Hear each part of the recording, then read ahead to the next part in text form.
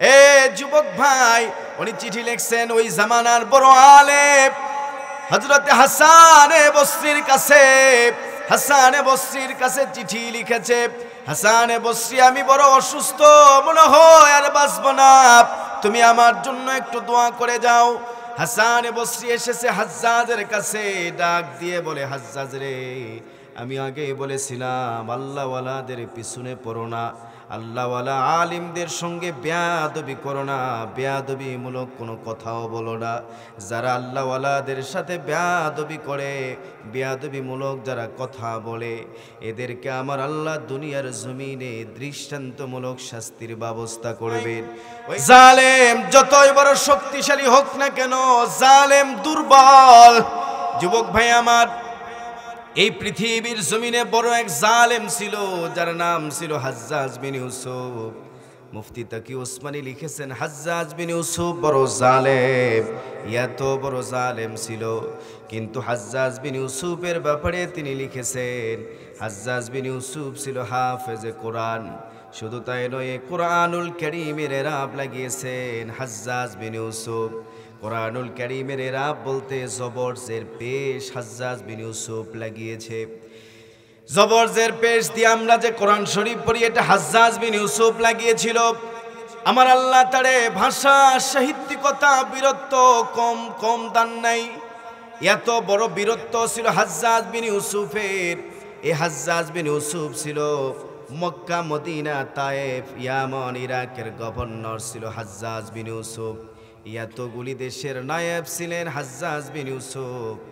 কিন্তু হাজ্জাজ তবুও জালেম ছিল। এর পিছনে কারণ হলো যে, কারণ হাজ্জাজ বিন ইউসুফ তার শাসন আমলে, তিনি তার শাসন আমল পরিচালনা করতে গিয়া ২০ বছরের ভিতরে প্রায় ১,২০,০০০ মানুষকে নির্বিচারে হত্যা করেছিল।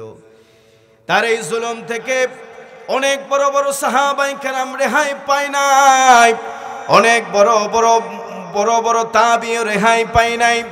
সর্বশেষ যারে হত্যা করেছিল তার নাম ছিল সাঈদ ইবনে জুবায়ের। বড় বিখ্যাত একজন বুজুর্গ ছিলেন।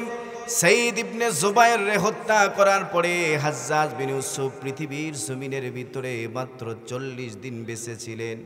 হাজ্জাজ বিন ইউসুফ মাত্র ৪০ দিন দুনিয়ার জমিনে বেঁচে ছিলেন।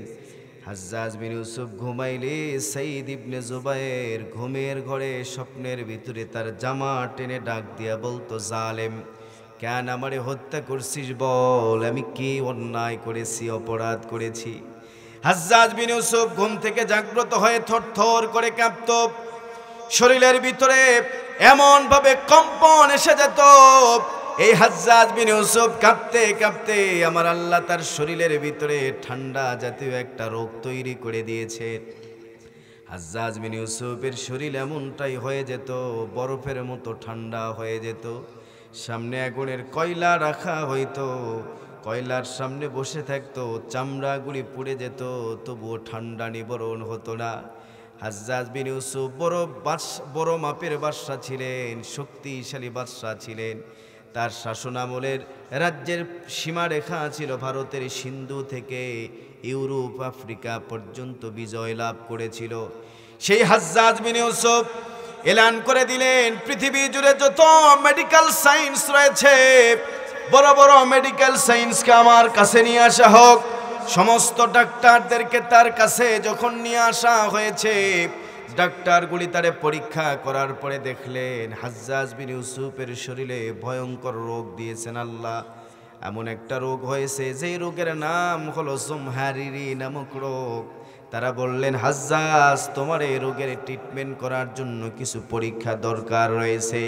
হাজ্জাজ বলে, যা যা পরীক্ষা করার দরকার পরীক্ষা করে নাও। এক বড় মেডিকেল সায়েন্স বলে, আমি সুতোর সাথে গোশত গেথে তোমার মুখের ভিতরে ছেড়ে দিব। সুতোর ভিতরে গোশত গেথে হাজ্জাজের মুখের ভিতরে ছেড়ে দেওয়া হয়েছে। যখন ওই সুতোটা টান দিয়ে বের করা হইল, দেখা গেল ওই গোশতের ভিতরে ভয়ঙ্কর আকৃতির কিছু পোকা জড়িয়েছিল। হাজ্জাজ রে ডাক দিয়ে বলে, হাজ্জাজ, শুনে রাখো, এই রোগের ট্রিটমেন্ট করার ক্ষমতা পৃথিবীর জমিনে কাউরে দেয় নাই আমার আল্লাহ। তোমার এই রোগের চিকিৎসা করার মতো ক্ষমতা আমার মনে হয় পৃথিবীতে আর কারো নাই। হাজ্জাজ বিন ইউসুফ এমন ভাবে কাঁদতে শুরু করলেন। এ যুবক ভাই, উনি চিঠি লিখছেন ওই জামানার বড় আলেম হযরতে হাসানে বসরির কাছে। হাসানে বসরির কাছে চিঠি লিখেছে, হাসানে বসরি আমি বড় অসুস্থ, মনে হয় আর বাঁচব না, তুমি আমার জন্য একটু দোয়া করে যাও। হাসানে বসরি এসেছে হাজ্জাজের কাছে, ডাক দিয়ে বলে, হাজ্জাজ রে, আমি আগেই বলেছিলাম আল্লাহওয়ালাদের পিছনে পড়ো না, আল্লাহওয়ালা আলিমদের সঙ্গে বেয়াদবি করো না, বেয়াদবিমূলক কোনো কথাও বলো না। যারা আল্লাহওয়ালাদের সাথে বেয়াদবি করে, বেয়াদবিমূলক যারা কথা বলে, এদেরকে আমার আল্লাহ দুনিয়ার জমিনে দৃষ্টান্তমূলক শাস্তির ব্যবস্থা করবেন। ওই যে নবীজির তায়েফের ময়দানে পাথর মারা হইতেছে, নবীজির রক্ত, চামড়া ফেটে ফেটে রক্ত পড়ে, নবী আমার রক্তগুলি মুছতেছেন। হযরতে যায়েদ বলে, ইয়া রাসূলুল্লাহ, ওগো নবীজি, আপনি রক্তগুলি মুছতেছেন, এই রক্ত কিন্তু শরীরের ভিতরে আর ঢুকবে না। নবী আমার ডাক দিয়া বলে, যায়েদ রে, আমি আমার রক্ত আমার শরীরের ভিতরে প্রবেশ করানোর জন্য মুছি নাই, আমি মুছতেছি আমার রক্ত যেন আমার অগোচরে, আমার রক্ত যেন তায়েফের মাটি যেন স্পর্শ না করে। যদি আমার রক্ত তায়েফ স্পর্শ করে যায়েদ, আমি নবীর রক্ত তায়েফ সহ্য করার ক্ষমতা রাখবে না, তায়েফটারে আমার আল্লাহ ধ্বংস করে ফেলবেন। যার কারণে আমি নবী চাইতেছি আমার রক্ত যেন কখনো তায়েফের মাটি স্পর্শ না করে। এ যুবক ভাই, গত 15 বছরে যারা ওলামায়ে কেরামদের রক্ত ঝরিয়েছে, যারা আলিমদের উপরে নির্যাতন করেছে, জুলুম করেছে, অন্যায়ভাবে আলিমদের রক্ত জমিনে ঝরিয়েছিল, ওলামায়ে কেরামদের রক্ত বিষ, এই রক্ত জমিন সহ্য করার ক্ষমতা রাখে না। কারণ নবী বলেন ওলামায়ে কেরামদের ব্যাপারে, নবীজি বলেছেন, ইন্নাল উলামা ওয়ারাসাতুল আম্বিয়া, আলিমরা হচ্ছেন নবীদের ওয়ারিস, শুধু মুহাম্মাদুর রাসূলুল্লাহর ওয়ারিস নয়। নবী আমার বলে, আমার উম্মতের ওলামায়ে কেরামদের এত দাম, এত সম্মান, এত মর্যাদা, আমি নবী ঘোষণা দিয়ে দিলাম, আদম আলাইহিস সালাম থেকে নিয়ে আমি নবী মুহাম্মাদুর রাসূলুল্লাহ পর্যন্ত দুনিয়ার জমিনে যত নবী আর রাসূল এসেছেন, সমস্ত নবী আর রাসূলদের ওয়ারিস হচ্ছেন আমার উম্মতের ওলামায়ে কেরাম। আল্লাহু আকবার। সেই ওলামায়ে কেরামদের সাথে বেয়াদবি করলে এর শাস্তি, দৃষ্টান্তমূলক শাস্তি আমার আল্লাহ দুনিয়ার ভিতরে দিবেন। হাজ্জাজ বিন ইউসুফরে আমার আল্লাহ শাস্তি দিয়েছেন। হাজ্জাজের সেই পরীক্ষা করার পরে ডাক দিয়া বলা হলো, হাজ্জাজ, তোমার এই রোগের ট্রিটমেন্ট করার ক্ষমতা পৃথিবীর কারো নাই। হাজ্জাজ বিন ইউসুফ কাঁদতে শুরু করেছেন। হাসানে বসরি ডাক দিয়ে বলে, হাজ্জাজ, আমি আগেই বলেছিলাম আল্লাহওয়ালাদের পিছনে পড়ো না, কেন তুমি সাঈদ ইবনে জুবায়েরকে হত্যা করেছো? হাজ্জাজ বিন ইউসুফ কাঁদতে লাগলেন, বলেন আমার ভুল হয়েছে।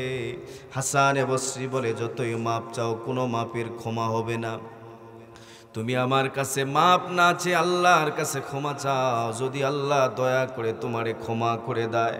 হাজ্জাজ বিন ইউসুফ বড় আলেম ছিলেন, হাফেজে কোরআন ছিলেন, বড় বীর বাদশা ছিলেন, কোরআনুল কারীমের এরাব লাগিয়েছেন, কিন্তু অন্যায়ভাবে মানুষকে হত্যা করেছে। এই জুলুম আর জালেম হওয়ার কারণে আমার আল্লাহ দুনিয়ার জমিনে তারে দৃষ্টান্তমূলক শাস্তি দিয়েছেন।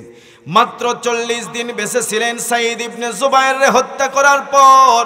কয়েকদিন পরে হাজ্জাজ বিন ইউসুফ যখন দুনিয়া ছেড়ে বিদায় হয়ে যায়, হাজ্জাজ বিন ইউসুফের কবরের নিশানা পর্যন্ত তার আত্মীয় স্বজন রাখে নাই। কারণ এই কারণেই যে হাজ্জাজ বিন ইউসুফের কবরের নিশানা যদি কেউ জানতো, ওরে কবর থেকে তুলে মানুষ আগুন দিয়ে জ্বালিয়ে দিত। ওর উপরে মানুষের এত ক্ষোভ ছিল। এজন্য জালেম যখন দুনিয়া ছেড়ে বিদায় হয়ে যায়, পৃথিবীর সর্বস্তরের মানুষগুলি শুকরিয়া আদায় করে আল্লাহর, দেখে বলে, আল্লাহ, জালেম মারা গিয়েছে, ভালোই হয়েছে, সমাজের মানুষগুলি শান্তিতে আছে। ঠিক কিনা? জবান খুলে বলেন ঠিক কিনা?